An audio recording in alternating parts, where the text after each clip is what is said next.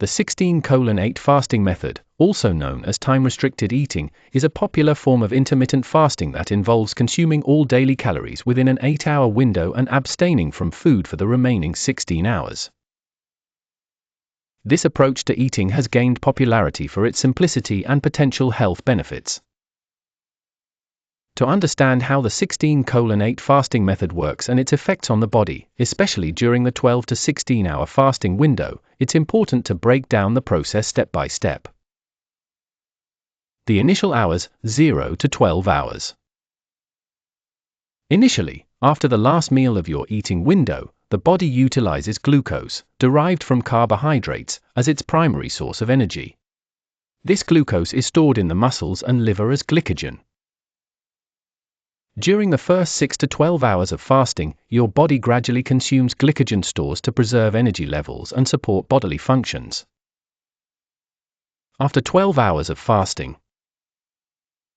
As you approach 12 hours without food, glycogen stores become depleted. This signals the body to transition from using glycogen to burning stored fat for energy.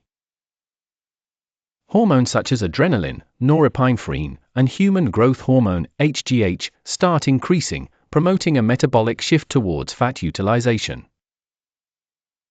The ketosis phase, 12 to 16 hours.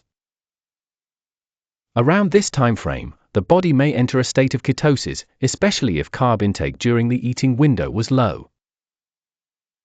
Ketones offer a clean energy source, unlike glucose, which results in fewer reactive oxygen species and less inflammation.